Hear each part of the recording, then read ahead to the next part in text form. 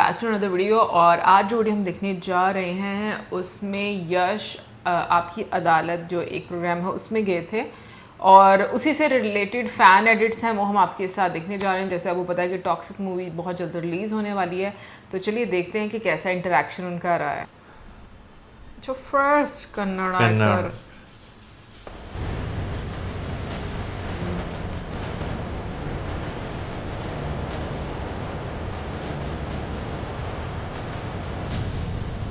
Vulgarity is wrong. मैंने तो किस भी नहीं किया, आपने देखा है तो। हाँ? एक लाइन है वो हमको भी पता है, you have to shoot it in aesthetic way, और बाद में जो विसरली वो लगता है ना impact, that is an impact of cinema. वो एक क्रिएटर का वॉइस होता है and this film is done with an intent where those emotions are very very important. When you watch the film you will understand those film, and it is for Gen Zs. It is for the conversation what you guys are having, what problems you have with the seniors. उन generation के बारे में आप लोग जो questions पूछते हैं उसमें क्या गलती है, क्यों ऐसा फिक्स्ड रूल्स है, क्यों हम ऐसे करने चाहिए, whatever your thoughts are, that is a primal aspect of this film. मेरे पास जेब में 1 रुपये भी नहीं था, फिर भी मैं स्टाइल मारता था, उसमें कोई कमी नहीं था सर।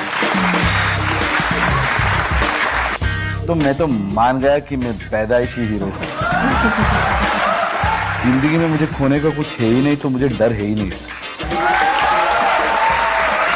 बात इसको नहीं है कि सर कौन अभी आगे है पीछे है, बात इसकी है कौन बहुत देर तक टिक पाएगा और लोगों के दिल में रह पाएगा। मुझे लगता है हमेशा नेक्स्ट जनरेशन होती है ना, they will always be better, और जो जनरेशन गुजर के नेक्स्ट होती है वो उनको लगता है कि नेक्स्ट जनरेशन बिगड़ गए। वो तो हमेशा लाइफ लॉन्ग प्रॉब्लम है, but we have to understand one thing, the world belongs to the youngsters. अपना जब टाइम आएगा हमको करनी है, आपका जब टाइम आएगा आप भी करेंगे। जो वॉइस है आपका इनर वॉइस है, जो फ्रीडम ऑफ स्पीच है और लोग को जिस चीज पे बात करनी है। सर मुझे लगा अगर मैं ये करूंगा ना सर, तो बहुत सारे लोगों को ये लग सकती है कि ऐसा करने से आ जाएंगे। वो माइंडसेट ही रॉन्ग है ना सर। वो उसका मरने के बाद मैं उसका फ्यूनरल में जाके क्या मिलेगा sir? And if I encourage that, I don't know, that is what my thought. I am sad, I felt bad, but अगर मैं जाके वो करूंगा तो और बहुत सारे लोग कर सकते हैं sir. I don't think that is, if somebody says okay let me achieve this something and तब यश आए, मैं ये करके दिखाऊंगा, मैं आऊंगा, मैं जाऊंगा सर। कोई भी जिंदगी में कोई अचीव करके बोलूंगा तो if I can I will go, but ये चीज़ के लिए इनकरेज करना गलत प्रेसिडेंट सेट होगा लगा सर मुझे। उसीलिए मैं उस माइंडसेट में जाता हूँ तो सबको देता हूँ, क्योंकि हर 700 लोगों के साथ आपने एक एक करके दिया सर, क्योंकि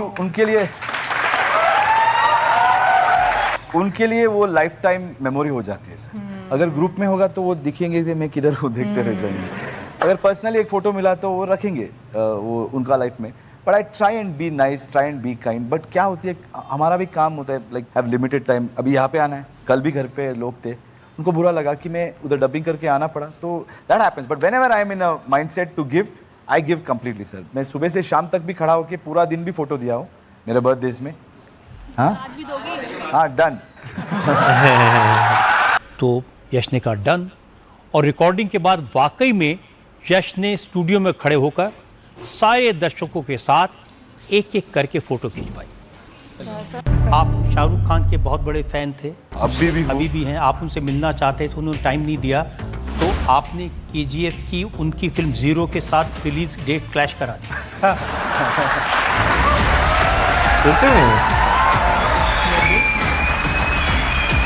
स्मॉल फिल्म, हमारा शाहरुख सर का फिल्म बड़ा था तो वी रिलीज। आपकी फिल्म को 250 करोड़ कमाए, उनकी फिल्म 100 करोड़।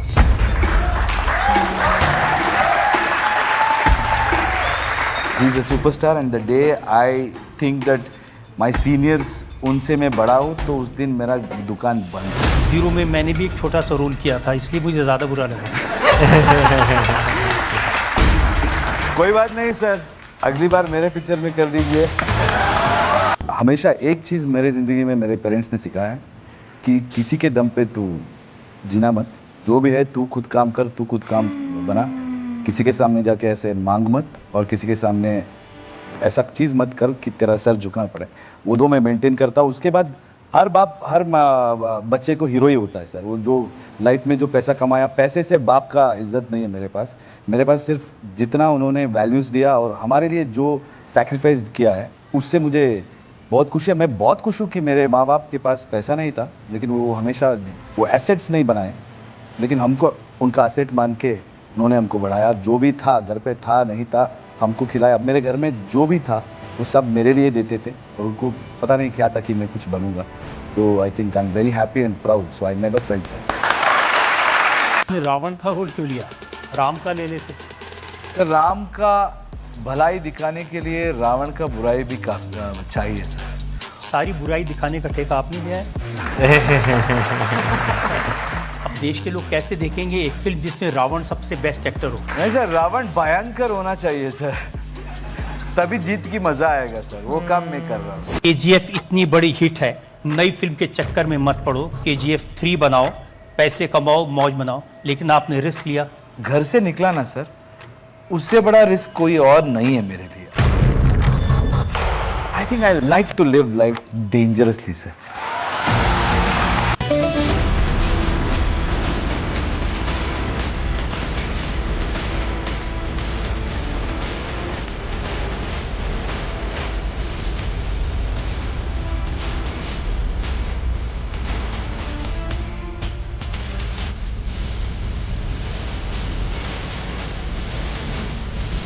अच्छा, ऑडियंस को नहीं पहले पता था गेस्ट कौन है ना? पता नहीं, मुझे वैसे देखकर जो है ना कुछ लोगों के Feel हुआ। एक्सप्रेशन, हाँ, देख के इस चीज फील हुई कि उन्हें नहीं आइडिया होता। आई थिंक वो ज़्यादा चीज़ मज़े की होती है कि आपको पता ही ना हो और कौन गेस्ट आ रहा है। हाँ, बट एक चीज़ मैं बोलूँगी कि जितनी भी हम लोगों ने वीडियोस मतलब देखी हैं, फैन एडिट्स वीडियोस देखी हैं, एक बात जो मुझे बहुत खूबसूरत लगी है और आई थिंक बहुत कम लोगों को मैंने सुना ये बात करते हुए, और उसमें जो उन्होंने अपने पेरेंट्स की बात की है ना कि उनके पेरेंट्स की टीचिंग्स क्या रही हैं। ऑनेस्टली आजकल के पेरेंट्स बहुत कम हैं जो ऐसी टीचिंग्स देते हैं। मैं अगेन यहाँ की बात कर रही हूँ, ठीक है ना, जो हमारी सोसाइटी में मैं चीज़ें, बाकी सोसाइटीज़ में मैंने देखा है कि लोग अपने बच्चों को जिस तरह की टीचिंग्स देते हैं, बट यहाँ पर ना कुछ अलग ही चल रहा है हमारी साइड पर। लेकिन एक चीज है, जनरेशन टू जनरेशन, जैसे उन्होंने कहा ना, चीजें जो है वो काफी ज्यादा वो बदलती म्यूचुअल हैं। था, हाँ, वो म्यूचुअल था। पिछले वाली जनरेशन हमेशा अगली वाली जनरेशन को ब्लेम करेगी, भाई ये बिगड़ गई भी है, हाँ। क्योंकि उनके रूल्स, उनकी फ्रीडम, उनकी थॉट्स उनसे डिफरेंट होती हैं। तो हमारी जो पिछली वाली जनरेशन रहती है ना, उसमें इतना एक्सेप्ट करने वाली या फ्लेक्सिबिलिटी वाला एलिमेंट जो है ना वो मिस कर जाते हैं, मुझे लगता है।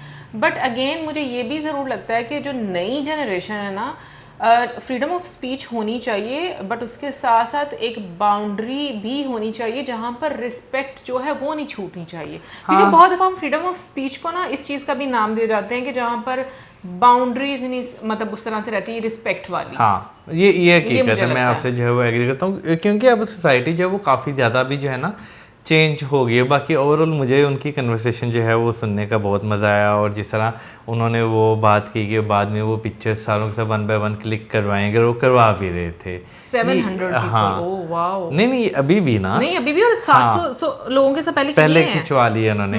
तो वाकई में जब आपने मेमोरी देनी तो फिर आप अच्छी मेमोरी दें जो बंदा संभाल कर भी रखे। अच्छा, और वैसे इवन कि मैंने ना आई थिंक जब टॉक्सिक की एक वो होता है ना कि एक पहले प्रेस शो होता है रिलीज डेट से पहले, तो ट्रेलर में भी अक्सर, तो उसमें मैंने सुना था कि बोल रहे थे कि मैं बहुत कॉम्प्लिकेटेड पर्सन हूँ, इट्स नॉट इजी टू, मतलब जो लोग उनके साथ है ना कि वो इजी गोइंग पर्सन नहीं है। तो ये भी बड़ा, एक मैं कहती हूँ कि कुछ लोग जो जैसे उन्होंने रिस्क लेने की बात की, तो ये भी हर बंदे की बस की बात नहीं होती है। हकीकत है। बाकी मज़ा आया उनकी कॉन्वर्सेशन सुनने का, क्योंकि मैं उनको हिंदी बोलते हुए देख रही थी ना, तो मुझे थोड़ा अजीब लग रहा था, क्योंकि नॉर्मली हमने डब्ड में सुना हुआ ना, तो मुझे ऐसे लग रहा था उनकी ना हिंदी, जैसे हम पुष्पा देखते हैं ना, तो ऐसे जैसे थोड़े से ना वो पुष्पा वाले डायलॉग, तो उस तरह का मुझे लग रहा था उनका। क्योंकि मैंने एक चीज़ देखी है कि जब आप अपनी जो भाषा, जो लोकल भाषा होती है, उसके अलावा कोई और भाषा में बात करते हो ना, तो वो थोड़ा सा रिदम चेंज हो जाता है। यार ये हम शहरों में जो रहने वाले लोग हैं ना, जहाँ पर हम उर्दू या हिंदी जो है वो बोलते हैं, वहाँ पर लोगों के डायलेक्ट जो है ना वो चेंज हो जाते हैं। वरना अगर हम जैसे पंजाबी की बात करें, हम गांव वाली साइड पे जाएं तो वो लोग पंजाबी बोलते हैं, बहुत अच्छे लगते हैं, लेकिन जैसे ही वो उर्दू बोलते हैं ना तो उनके डायलेक्ट में वो चीज़ झलकती है तो वही कि भाई ये वो इसी तरह जैसे हम जो है पठान लोगों को देखते हैं, वो पश्तो बोलते हैं, लेकिन जैसे वो उर्दू बोलते हैं उनके डायलेक्ट में वो चीज़ झलकती है। हाँ, अच्छी लगती है। हाँ। भाई कमेंट सेक्शन में आप ज़रूर बताइएगा कि आपको आज की वीडियो कैसी लगी, और टॉक्सिक मूवी की भाई किस किसने बुकिंग करवा ली अगर हो रही है तो। और मिलेंगे नेक्स्ट टाइम। Good bye.